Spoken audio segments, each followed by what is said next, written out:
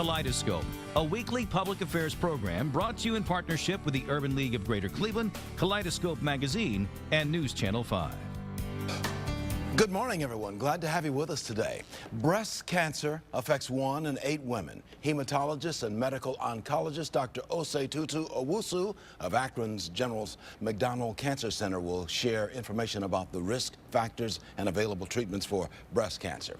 Then the CEO of Faber-Castell USA, Jamie Gallagher, will talk about a product that's helping to spark children's creativities. And later in the broadcast after that, the manager for programs for a consortium of African-American organizations, Patrice Blakemore, will be here to discuss the organization's annual leadership retreat. Good morning again, everyone. I'm Bibb, and this is Kaleidoscope. And as we always say, so we begin with Dr. Osei Tutu Owusu, a hematologist and oncologist at Akron General Health System. Good to have you with us, doctor. Thank you. Yeah. Thank you, Leon. We're talking a little bit about breast cancer. Of course, that's one of your primary areas of study and work at Akron General Hospital. Tell me about the risk factors. What are some of the risk factors?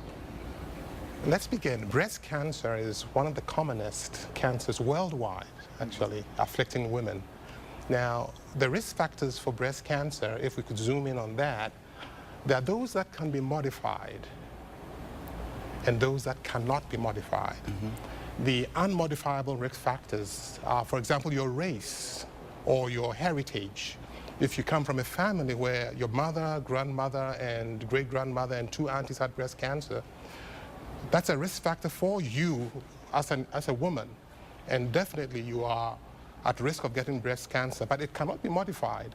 Now, the focus of our study, or of what I want to talk about, is the modifiable ones, and that is of relevance to women in Cleveland and around the world. How can people modify those risks? That's very interesting. Now, the first point to make is that in the initial 30, 50 years ago, people thought cancer was a genetic disease. You couldn't do anything about it. But now we realize that it can be considered an acquired disease in some way. Let me give an example before I talk about the risk factor modification. Women who leave Africa or Asia and come to this country have a sudden increase in their risk of getting breast cancer. So there's something happening in this country, exactly, either environmentally or with what their lifestyle. Exactly. So that's what we talk about, lifestyle. When someone has high blood pressure, hypertension, we talk about lifestyle modification. I think it's time, and we are creeping to that point, where lifestyle modification is going to be also very important in cancer generally in terms of its management. Now, for women, there are a number of things to look at. For example, we know that if you're a woman and you have your first menstrual period early and you have your menopause late, that is a risk factor. We know that if you're a woman and you have your first pregnancy early in life, it affords protection from breast cancer. I'm not advocating women to have children too early. Well, how do they change the women who have these risk factors? What do you suggest they do as the hematologist and oncologist that you are? One of the major things that we can do to change this dynamic is exercise. Obesity, dietary change, these are the ones that can be modified. Women who are obese have an increased risk of breast cancer. So weight loss is important. In the African-American community, obesity, lack of exercise, which is also another risk factor. These are modifiable factors. And you are seeing larger numbers of breast cancer cases in our final 2.5 minutes here because of lifestyles and because of obesity and the food, perhaps the foods we take. We talk about mammograms throughout the last many years. They've been greatly significant in at least alerting people to what's happening in their bodies. Mammograms have been great for the survival in breast cancer because if you catch it early, it is curable. In stage 1 disease, over 88% of patients are cured. If you caught in stage 4 disease because you do not have your mammograms when you should, then you have a 15% chance of survival. Yeah. In our final 2 minutes, how has chemotherapy agents improved over the years? Oh, fantastic. This is a fun time to be an oncologist because there are more medications in the pipeline in the field of oncology than we have actually in actual medical practice. So there's so many things people are looking at. Specific targeted gene therapies, specific receptor therapies. It's improved remarkably. And now, when we look at breast cancer, we look at the receptors and their targeted cells for the certain receptors. So that will take another 10 minutes to talk about, but there's an array of agents that we can use now. Politically, are we doing the right thing in this country? Are we putting the money where it should be and the politics where it should be to solve this disease? Yes, politically, I would say this, that as an African American, I would encourage all African Americans to take advantage of mammographic facilities wherever they can find them.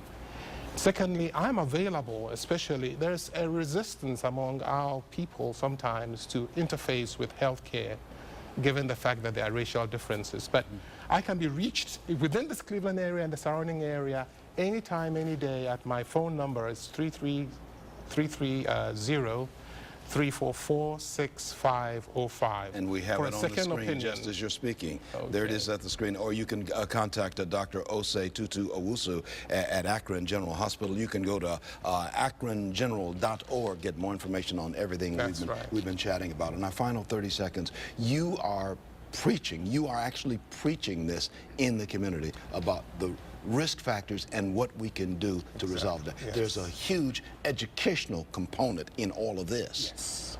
Yes, there is. That is the most important aspect of my work, education. If people know what to do, if people know where to go, if people understand how to recognize breast cancer early by education, breast cancer rates will lower in the next 10 years. In 10 seconds, are you optimistic we can solve this problem? Yes, I am. In the next how many years? Well, 50 years, I'd say. We'll keep working at it. Yes, thank you. Dr. Osei Tutu Owusu, medical doctor, hematologist, oncologist at Akron General Health System. Thank you so much for being on the Thank broadcast. you, Leon. Okay. Keep your seat right there. We're going to take a break right now. I'll be right back. We're going to continue talking here on Kaleidoscope, tapping into children's creativity after this. Welcome back to more of Kaleidoscope. Faber-Castell's Creativity Can is helping to stimulate the imagination of children around the country. CEO Jamie Gallagher is here to tell us more about this local company, explain what children are doing with pipe cleaners, googly eyes, and yarn, and all kinds of other things that they find in the Creativity Can, as you shall see in just a moment. Jamie Gallagher, thanks for being with us. Great to be here, Leon. Tell me about what is Creativity for Kids? Creativity for Kids is a brand of products that was started 37 years ago by two women who had professional careers, but also had elementary school children, and they became homeroom moms, and they were doing so many projects in these homerooms for their kids. They saw a tremendous need for creative products and made a business out of it, and 37 years hence, here we are with this product and this company and this brand. And you're the CEO of a company. I am the CEO. I think we can make a lot of mileage by showing exactly what we're talking about. He brought with us, we've got 3 cans here. Each can is pretty much the same, all kinds of things in it. Tell me about these things that are in this and how all of this helps children. All of this is really stemming back to the fact that open-ended materials, open-ended creative materials, like you see here, and really what's in here, Leon, is nothing more than a wide variety of creative materials. You've got pipe cleaners, you've got papers, you've got feathers, you've got styrofoam. All these wide variety of creative materials, no instructions, no directions. We distribute these to children and just have them create. And this goes all over the country. You can distribute these all over the country or beyond the borders of the country. Right now, it's in the U.S. and Canada, and we're distributing this summer 50,000 of these absolutely free. So the goal is to get the kids to, you're distributing these free. That's right. To where? How do you get them to the kids? For instance, it goes through retail stores. So in the Cleveland area, Play Matters is a distributor of these. You can go into Play Matters and you can get a free Creativity Can. And it's true all across the country. Batteries not included. Batteries not included. That's right. Thank goodness for that. So this just sparks creativity. And now what would a youngster do with these? Anything he or she wanted to do? That's the key, is so different than many other things that children children are doing today that have to be done in a certain way with a certain result. This is completely open-ended, and I will say, for us, the key here also is not just the children. It's to get the parents involved and reignited and re-spark that feeling with parents about the importance of open-ended creative play. So a youngster could take something like this little feathery thing right here, and we'll get a shot of me perhaps on camera number 3 right here. But you can take a feather like this and can put it up to his and say, I always wanted a red mustache. I always wanted a red mustache. Something like that. And that would work. Something like what? And it just create. What's the overall mission of your company? You're the CEO of Faber-Castell USA. What's the overall mission? You know, the overall mission for us, and it's been true from the very beginning with Phyllis and Evelyn 37 years ago, it really is to stimulate and engage the natural creativity that all of us, including children, have within us. Now, these two women in Cleveland, and I've got my notes here, Phyllis Brody and Evelyn Greenwald of the 1970s in Cleveland Heights, they came up with this concept. They came up with to sell this idea. Absolutely, and I'll tell you what's really interesting is they came up with this concept. They knew at the time that it was really important, and just recently, 1,500 CEOs were surveyed as to what the most important skill set is for the future. And that skill set that they defined as CEOs was creative thinking and creativity. And you can find it all in these little cans of, and each can has got all kinds of stuff in here. I mean, we've got, well, it looks like a half of an egg, a styrofoam, or it can be the back of a turtle. Absolutely. Or it could be whatever, whatever you want it to be. Let me put some phone numbers on the screen. 216-643-4697. More information on everything we're talking about. Or you can go to creativitycan.com and you can get more information. Jamie, when I was a kid growing up, we played with box tops, oatmeal boxes, spoons. Stuff that was the paper roll of wax paper or of a toilet roll, and we did things with them, and that sparked my creativity. Right. And that's your role, right? And Leon, that's exactly where we're trying to go again. And none of us are saying that technology and tablets and smartphones is not a good thing. It's really a matter of balance. Now, now I understand you say you're giving away some of these free creativity cans. Right. Where do they go, and where do people go to get them? Once they go to creativitycan.com, you'll see a list of local retailers or retailers all across the country where they can find these, and they're being distributed for free. From there, we're encouraging children to take a picture of whatever they create and to upload it onto the website. And at that point, we make a donation to a fund called the Lily Sarah Grace Fund, and they provide art materials for free to underprivileged schools. All kinds of little things that, and you and I were chatting before we started this. I remember when I was in the 4th grade, we actually made a paper mache castle in my 4th grade class using stuff like this, oatmeal box cans and boxes, and did a paper mache castle, which my 4th grade teacher, Peggy O'Neill Stevens, who's still very much alive, talks about to this very day. She's long retired, but we remember when she helped us with the paper mache castle made out of stuff like this. Exactly. And I think just the simple fact, Leon, that you remember that and it had such an impact on you, that's exactly what we're trying to do with children today. Yeah. Open up their minds, and they can become CEOs of companies like you. Absolutely. That's how it all began, right? That's it. Okay. That's it. Thank you very much. Jamie Gallagher, CEO of Faber-Castell. Phone number 216-643-4697, as you see at the bottom of the screen, or go to creativitycan.com. Get more information on everything we're talking about. Thank you. Thank you, Leon.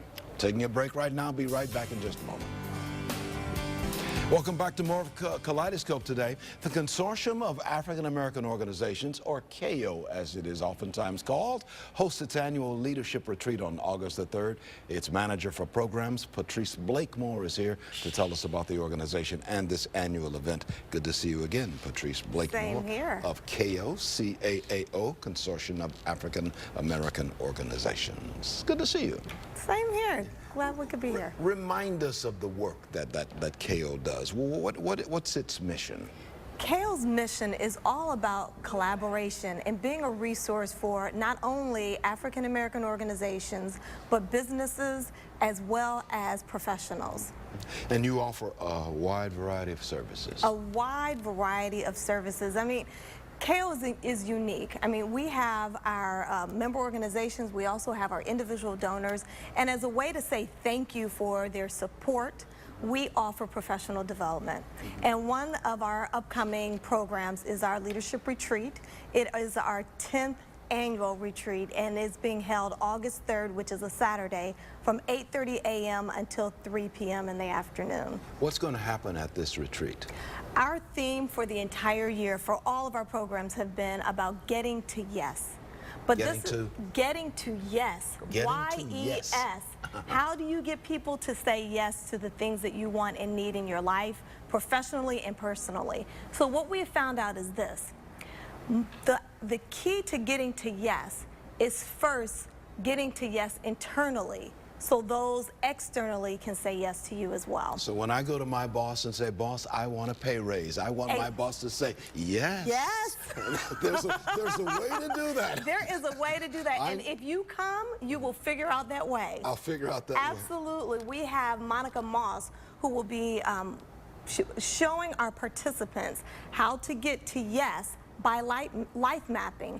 And that first portion of the day will be where people look at where they want to be, where they currently are, and what they need to do to bridge that gap. Now, this retreat is going to start at 8:30 in the morning on August the 3rd, and that's a Saturday, isn't that? That is correct. That's Saturday, August the 3rd, starts at 8:30 in the morning. It's going to be held at the Gathering Place in Beechwood, which is a wonderful organization in itself that deals with families dealing with cancer. Anyone touched by cancer, and we are happy that we are partnering with them once again to hold our retreat at their location. And their location is 2300 Commerce Park in Beechwood. Yes. If you can find the Beechwood Post Office, the 44122 Post Office, That's correct. It's right behind that in that area of many businesses in Beechwood. 2300 Commerce Park, Beechwood. August the 3rd, Saturday, starts at 8:30 in the morning and goes until mid-afternoon at the Gathering Place.